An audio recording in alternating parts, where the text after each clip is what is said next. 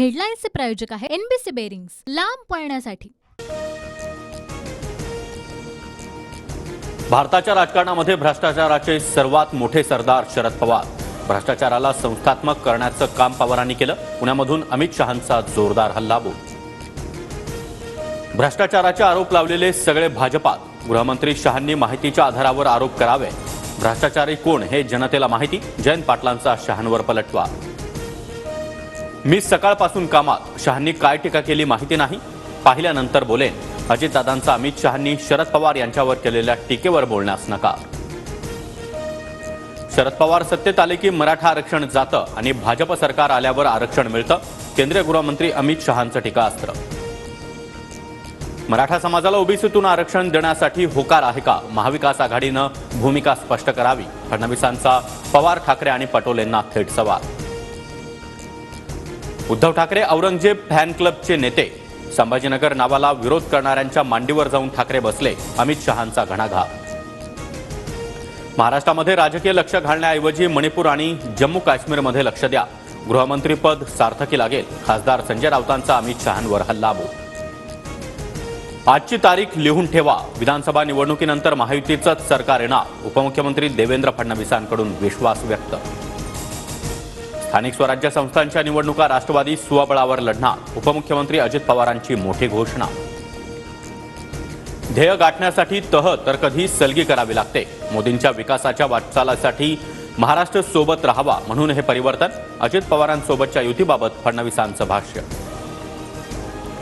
मी शरद पवारांचा अपमान केला नाही। सुप्रिया सुळेंचा आरोप म्हणजे नरेटिव्ह सेट करण्याचा प्रयत्न। उपमुख्यमंत्री अजित पवारांची प्रतिक्रिया। महाविकास आघाडी सरकार आल्यानंतरही लाडकी बहीण योजना सुरू राहणार। जुमलेबाज काहीही सांगतात। सुप्रिया सुळेंचं सत्ताधाऱ्यांना प्रत्युत्तर। लाडकी बहीण योजनेचे भरलेले फॉर्म जमा न करता महिलांमध्ये सरकारविषयी रोष निर्माण करण्याची महाविकास आघाडीची स्ट्रॅटेजी। उपमुख्यमंत्री देवेंद्र फडणवीसांचा गंभीर आरोप।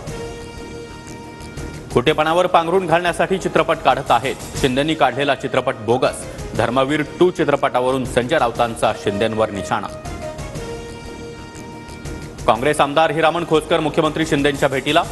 मतदारसंघातील अतिक्रमण हटवण्याच्या कामासाठी भेट घेतल्याची माहिती। हिरामण खोसकर यांच्यावर विधान परिषद निवडणुकीत क्रॉस वोटिंग केल्याचा आरोप। अजितदादांच्या वाढदिवसाच्या केकची राजकीय वर्तुळात चर्चा। मी अजित पवार मुख्यमंत्री म्हणून शपथ घेतो की, असा आशय असणारा केक अजित पवारांनी कापला।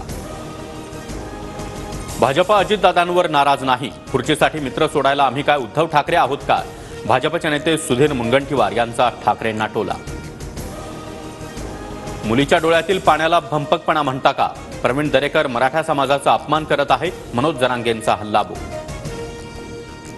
मनोज जरांगे कुणाला पाडणार, कुणाला निवडून आणणार याचंच प्लॅनिंग करतात। मनोज जरांगेंनी राजकीय भूमिका घ्यावी।